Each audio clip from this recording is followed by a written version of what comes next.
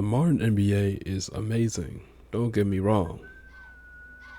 But man, do I miss the 2010 sometimes.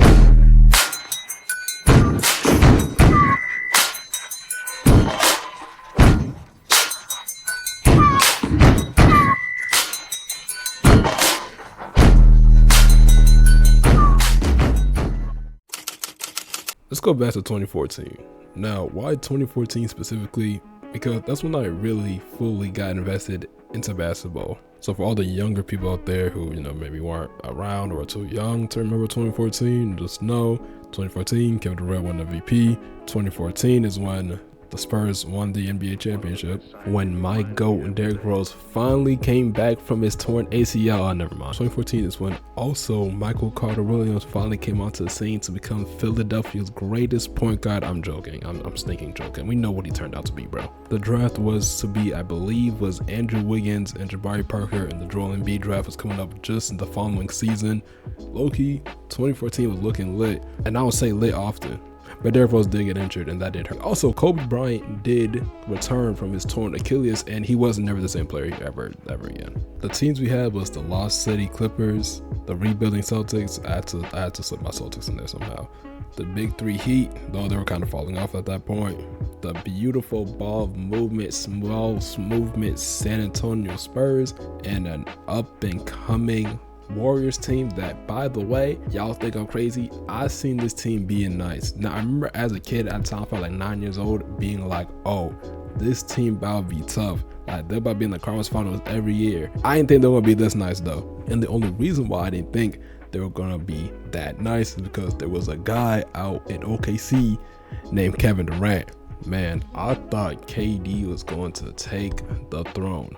Let's put it like this, right? KD is basically the Vegeta to LeBron's Goku. Let's really be honest for a second. KD, Vegeta, Goku, Braun. You get the picture here, right? It's so depressing being on that side. I am literally the biggest Kevin Durant fan, and I only became the biggest Kevin Durant fan because of that season, 2014.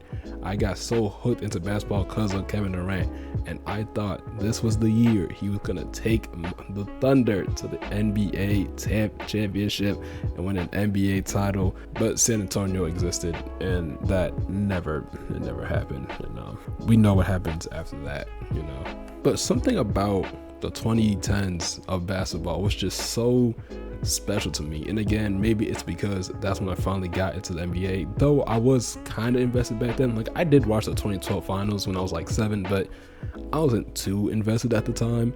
And I also I couldn't name you every single player at the time. I knew some. I used to play 2K12 all the time, so I didn't lock in until this 2014 season, and that's when everything started for me. That's when I finally found my love for basketball fully and 100%ly.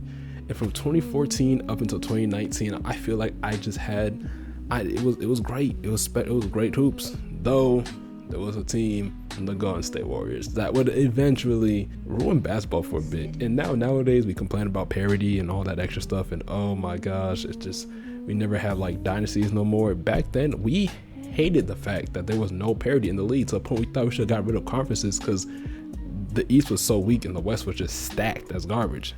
Braun was just gonna walk himself to the finals again, and we're just gonna see Golden State go at it for the next 5-10 years, and that did not happen. But and I'm kind of glad it didn't, because it would have got ridiculous after a while. Let's just be honest.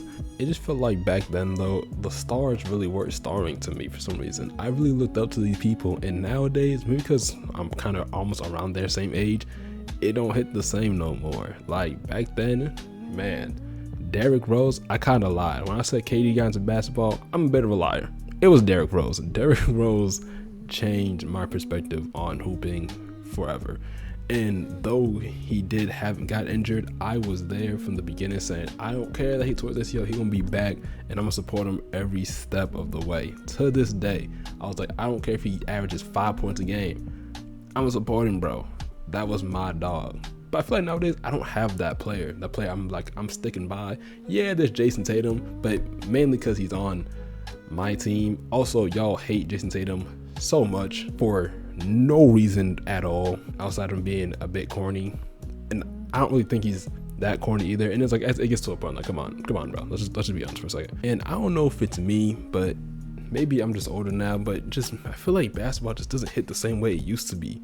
Back then, we would go on TNT, ABC, and oh my gosh, the presentation nowadays is so mediocre. What was the playoff hype trailer for this year? I don't even know. That was one thing I don't like anymore. They don't give me that hypeness factor. Like, oh, it's the NBA Finals, I'm excited. Or, oh, it's the playoffs, let me get hype. AllStar Weekend used to hit different back in 2010. They weren't perfect. And for the people who always be like, oh my gosh, the dunk contest is trash nowadays, and da da da da.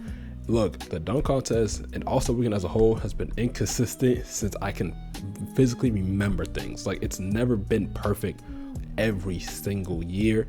It was always at every other year, every other 2-3 years. That's always how it's been. So I don't really enjoy the fact when people always go out and just be hating on nowadays All-Star Game. Cause I'm like, yo, back then it wasn't really that good either. And all the changes they make now with All-Star Weekend, I just don't see its purpose. Cause it's like, bro, like realistically, who really cares? And you know, maybe I'm just starting to turn into an old head, you know, reminiscing on the good old days. It's just something about the NBA now. It's not like it's bad, but it's just, I don't think it's bad. I still enjoy it, but I now find myself less and less watching the NBA now. It's like I might watch a 3 to 4 regular season games and then at max 10 to 15 playoff games, and that's kind of it. I barely even watch highlights anymore. Realistically, I don't really care that much on what goes on in the NBA. Like, I care, but if I put a percentage on it, like a 60%. The only time I got like kind of really reinvested is when that Luka Doncic trade happened. And even then, that only lasted for so long. Then again, I was kind of just like, cool, crazy how that happens. And the I just went back to my day to day. Maybe I'm just getting older now, and you know, I'm just not as invested in basketball like I was when I was younger. Maybe because 2K's trash. I don't know. Like, you know how back like a year or two ago when we're talking about something, we done with the 90s. Now we done with the 90s trend, which is going on. And like, think of the people who like had like all the 90s NBA fans who just like love the 90s but also like really appreciated the like modern days too. That's kind of what I feel like I'm kind of entering now, you know, because first of all, it's kind of just like, bro, I liked my time and I enjoyed it and all the stars from back then, and I like the stars now. It's just I grew up for what I had back then. That's just what I enjoy more. And again, maybe it's just a nostalgia thing, and it definitely is. It's that. And you know, I think I just in a way outgrown basketball in a sense where I'm still invested in it, but not the same way I was when I was like 9, 10. Okay, I'm an adult now. Well, I am developing into a full-fledged adult now, so maybe I just don't got the time for it as I did when I was younger. But that's just how I feel about it. Tell me what you think down below in the comments. Stay weird and God bless.